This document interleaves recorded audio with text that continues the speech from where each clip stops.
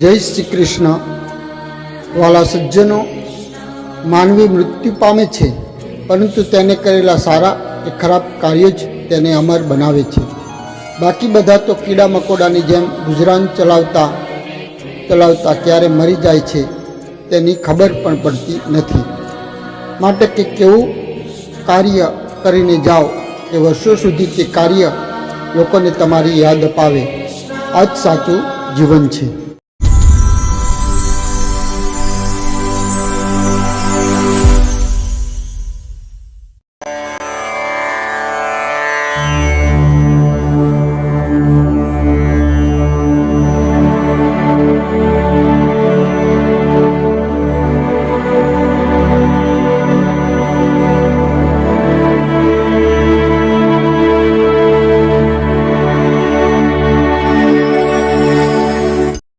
જય શ્રી કૃષ્ણ।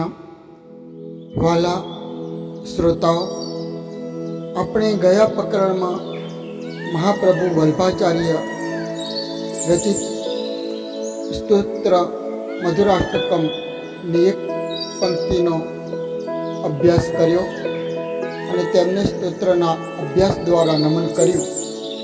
આમ મધુરાષ્ટકમમાં ટૂંકમાં એટલું જ કહેવાનું છે કે મધુરાધિપતે અખિલમ મધુરમ। મહાપ્રભુ વલ્ભાચાર્ય કહે છે કે પ્રભુ, આપ તો મધુર છો જ, પરંતુ તમારી અખિલ સૃષ્ટિ પણ મધુર છે, કેમ કે દરેકમાં અને દરેક જગ્યાએ પ્રભુ આપ છો।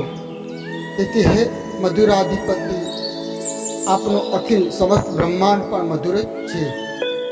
આમ ભક્તમાં જ્યારે સૃષ્ટિ તરફ જોવાની પ્રેમની દ્રષ્ટિ આવે ત્યારે તેને બધું જ મધુર લાગે છે, કારણ કે આ સૃષ્ટિ મારા પ્રભુએ બનાવેલી છે તો ખરાબ ક્યાંથી હોય, એવી ભાવના હૃદયમાં હોય છે। તેમ ભગવાન શ્રી કૃષ્ણને કદરૂપી કુબ્જા પણ સુંદર દેખાઈ હતી, તો તેના ભક્તને પણ તેની દ્રષ્ટિ કેળવવી જ જોઈએ। આ દ્રષ્ટિ મહાપ્રભુ વલ્ભાચાર્યની હતી। હવે બીજા મહાપુરુષ જેમને ભક્ત કહેવા કે મહાન જ્ઞાની સંન્યાસી કહેવા એ કઠિન છે, કેમ કે એક બાજુ હિમાલય જેવું પ્રચંડ જ્ઞાન અને નિરાકારના ઉપાસક, જ્યારે બીજી બાજુ ભક્તિથી રચેલા તેમના સ્તોત્ર વાંચીએ ત્યારે તેમની નજર સમક્ષ સાક્ષાત ભગવાન શ્રી કૃષ્ણ આકાર રૂપે પ્રગટ થયા હશે તેવું આપણને લાગે। આવા મહાપુરુષ ભગવાન શંકરાચાર્યની અને રામાનુજાચાર્યની આજે જન્મ જયંતિ છે, ત્યારે આ ઓડિયો હું બનાવી રહ્યો છું। તે મહાન નિર્ગુણ નિરાકાર શિવના ઉપાસક ભગવાન શંકરાચાર્યને ધ્યાનમાં ભગવાન શ્રી કૃષ્ણની કેવી અનુભૂતિ થઈ તે તેમણે શ્રી કૃષ્ણાષ્ટકમમાં રજૂ કરી છે। તે તેમની અનુભૂતિનો પણ આપણે આજે આ પ્રકરણમાં અનુભવ લેવાનો પ્રયાસ કરીશું। પરંતુ તે પહેલાં ભગવાન શંકરાચાર્યની આજે જન્મજયંતિ છે તો તેમને વંદન કરી લઈએ। તે ભગવાન શિવનું જ અવતાર હતા તેમ કહેવામાં કંઈ અયોગ્ય નથી। તેમના કારણે જ આજે ભારતમાં સનાતન ધર્મ છે અને તેનું અસ્તિત્વ છે। બુદ્ધ ધર્મના તોફાન સામે તે ચટ્ટાન બની ઊભા રહ્યા અને ભારતમાં 4 વાર પરિભ્રમણ કરી બુદ્ધ ધર્મને હાંકી કાઢ્યો।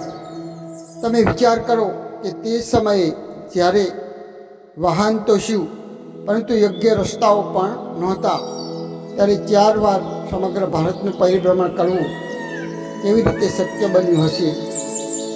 મારા ગુરુદેવ કહેતા કે જ્ઞાન આવે પછી ભાવ ટકાવવો ખૂબ કઠિન છે। જેમ કે બાળપણમાં જે ચાદામામા પ્રત્યે ભાવ હોય, પરંતુ થોડો મોટો થાય અને તેને ખબર પડે કે આ તો એક પૃથ્વીની જેમ ગોરો છે, આ એક ગ્રહ છે, તેમ જેને ભણાવવામાં આવે તો મામા તરીકેનો તેનો ભાવ ખલાસ થઈ જાય છે. આમ બાળપણમાં ચાંદા મામા પ્રત્યે જે ભાવ હતો તે તેનું જ્ઞાન સાચું કે અભ્યાસ પછી તે ભાવ ટકતો નથી. આમ ભગવાન શંકરાચાર્ય નિર્ગુણ નિરાકારના પ્રખંડ ઉપાસક હતા. તે મહાન જ્ઞાની હિમાલય સમ તેમનું જ્ઞાન હતું. ચિદાનંદ રૂપો શિવોહમ શિવોહમના ઘોષ કરવાવાળા તે હતા. આમ છતાં તેઓ મૂર્તિ પૂજાનો વિરોધ તેમને કર્યો ના હતો, પરંતુ અનેક સ્તોત્ર તેમના ભક્તિભાવથી ભરેલા છે. આમ પ્રચંડ જ્ઞાન હોવા છતાં ભાવ તેમને ટકાવી રાખેલો. આમ ભાવ અને ભક્તિ બંને જેના જીવનમાં ટકી રહે તે જ મહાપુરુષ બની શકે. આથી જ ભક્તિભાવથી લખેલું તેમનું સ્તોત્ર શ્રી કૃષ્ણાષ્ટકમ જ્યારે આપણે આજે પણ વાંચીએ છીએ ત્યારે આપણી નજર સમક્ષ શ્રી કૃષ્ણની મૂર્તિ ઊભી થઈ જાય છે. આમ આ દર્શન તેમને ધ્યાનમાં થયા હશે. તે નિર્ગુણ નિરાકારના ઉપાસક હોવા છતાં કૃષ્ણના રૂપમાં આકર્ષાયા હશે. તેથી જ ચિત્તચોર કહ્યા છે. તો ભગવાન શંકરાચાર્યને ધ્યાનમાં ભગવાન શ્રી કૃષ્ણના જે દર્શન થયા તે શ્રી કૃષ્ણાષ્ટકમ ને આજે આપણે અભ્યાસ કરીએ તે પહેલાં તે સ્તોત્ર હું આપની સમક્ષ ગાઈશ. તો આપ ભગવાન શ્રી કૃષ્ણની મૂર્તિને નજર સમક્ષ લાવવાનો પ્રયત્ન કરશો અને ભાવથી તેનું સાંભળતા સાંભળતા સ્મરણ કરશો તો અવશ્ય આપણને આનંદ થશે. પચે વ્રજે કમંડનમ સમસ્ત પાપ ખંડનમ સ્વભક્ત ચિત્તરંજનમ સદેવ નંદનંદનમ સુપીચ ગૂચ મસ્તકમ સુનાદ વેણુહસ્તકમ અનંગરંગ સાગરમ નમામિ કૃષ્ણનાગરમ મનોજ ગર્વમોચનમ વિશાલલોલલોચનમ વિધૂત ગોપશોચનમ નમામિ પદ્મલોચનમ કરારવિંદ ભૂધરમ મિતાવલોકસુંદરમ મહેન્દ્રમાનદારણમ નમામિ કૃષ્ણવારણમ કંબસૂનકુંડલમ સુચારુગંડમંડલમ વ્રજાગનિકવલ્લભમ નમામિ કૃષ્ણદુર્લભમ યશોદયા સમોદયા સગોપયા સનંદયા યુતમ સુખેકદાયકમ નમામિ ગોપનાયકમ તદેવ પાદપંકજમ મદીયમાનસે નિજમ દદાનમૂતમાલકમ નમામિ નંદબાલકમ સમસ્તદોષશોષણમ સમસ્તલોકપોષણમ સમસ્તગોપમાનસમ નમામિ નંદલાલસમ ગોબરાવતારકમ ભવાબ્ધિકર્ણધારકમ યશોમતી કિશોરકમ નમામિ ચિત્તચોરકમ દગંતકાંતભંગિનમ સદા સદાલસંગિનમ દિને દિને નવમ નવમ નમામિ નંદસંભવમ ગુણાકરમ સુખાકરમ कृपाकरं कृपापरं सुराद्रसन्निकन्दनं नमामि गोपनन्दनं नवीनगोपनागरं नवीनकेलिलं पटं नमामि मेघसुन्दरं तडित्प्रभालसत्पटं समस्तगोपनन्दनं हृदम्बुजैकमोदनं नमामि कुञ्जमाद्यगं प्रसन्नभानुशोभनं निकामकामदायकं दगन्तचारुसायकं रसालवेणुगायकं नमामि कुञ्जनायकं विदग्धगोपिकामनो मनोज्ञतल्पसायिनं नमामि कुञ्जकानने प्रभुदवनिपायिनं यदा तदा यथा तथा तथैव कृष्णसत्कथा मया सदैव गीयता तथा कृपा विधीयता प्रमाणिकाष्टकन्दयं जपत्यधीतयः पुमान् भवेत् सनन्दनन्दने भवे भवे सुभक्तिमान् भवे भवे सुभक्तिमान्। भगवान શંકરાચાર્ય કહે છે કે વ્રજે વજે કમંડનમ સમસ્ત પાપ ખંડનમ, એટલે કે વ્રજભૂમિના એકમાત્ર આભૂષણ રૂપ પ્રભુ આપ છો, હે કૃષ્ણ આપ છો. કેમ કે વ્રજ એટલે વૃંદાવન. વૃંદાવનનું મહત્વ ભગવાન શ્રી કૃષ્ણના કારણે જ છે. તેના કણ કણમાં ભગવાન શ્રી કૃષ્ણનો રાધા રૂપે પ્રેમ નાચે છે. તમે વિચાર કરો કે ભગવાન શ્રી કૃષ્ણ વૃંદાવનમાં થી લઈ લેવામાં આવે તો વૃંદાવનનું મહત્વ શું રહે? ભગવાન કૃષ્ણના લીધે જ વૃંદાવનનું મહત્વ છે. તેથી જ ભગવાન શંકરાચાર્ય કહે છે કે એકમાત્ર આપ જ વૃંદાવનની શોભા છો, આભૂષણ છો, કે આપના કારણે જ વૃંદાવનની શોભા છે. વૃંદાવનની ગલી ગલીમાં, તેના કણે કણમાં આપ અને આપનો પ્રેમ સમાયેલો છે.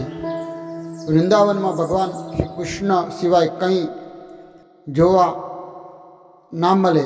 અને તેથી જ જ્યારે મહાન સંત અને મહાન કવિ તુલસીદાસ જ્યારે વૃંદાવનમાં ગયા ત્યારે દરેક મંદિરમાં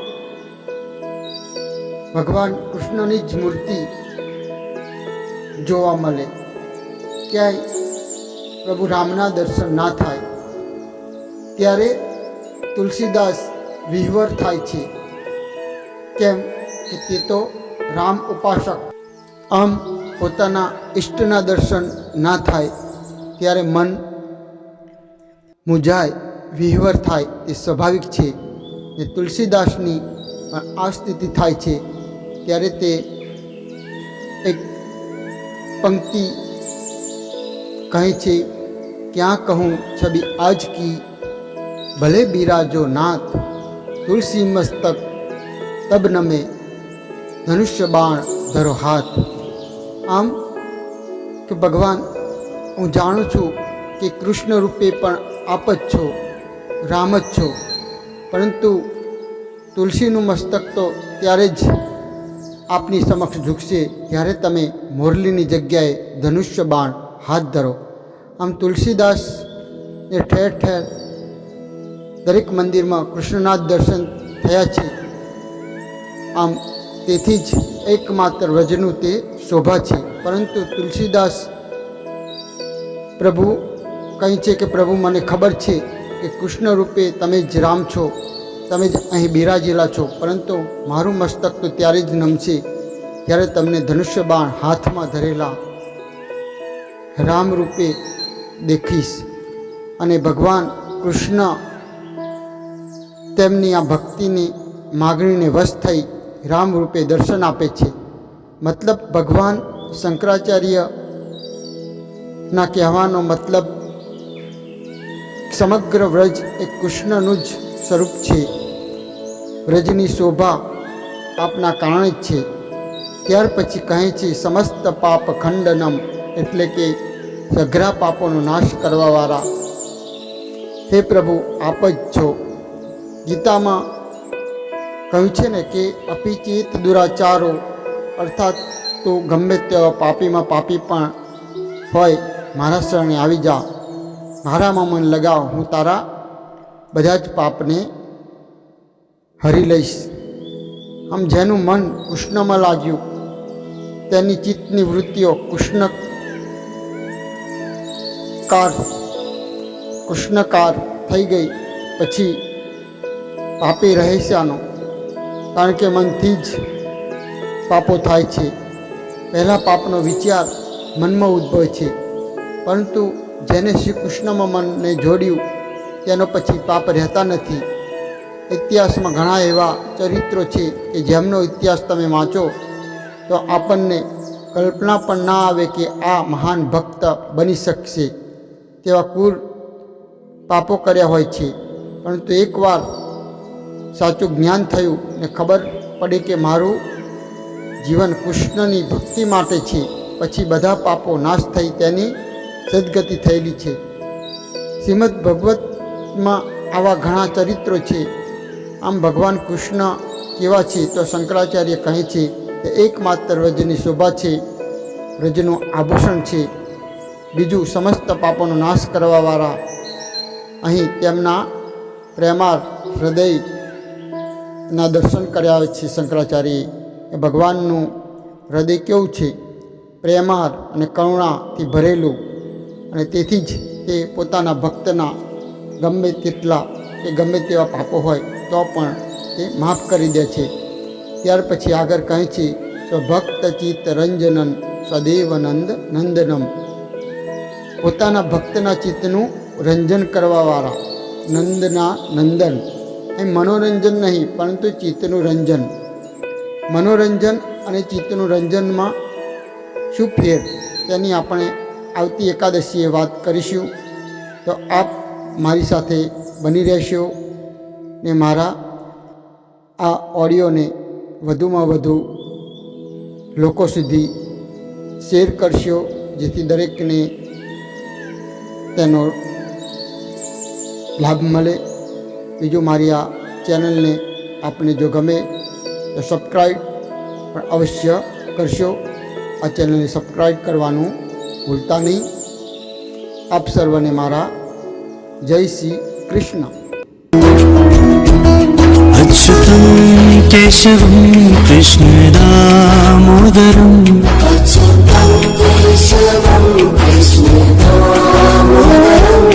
अच्युतं केशवं कृष्णदामोदरम्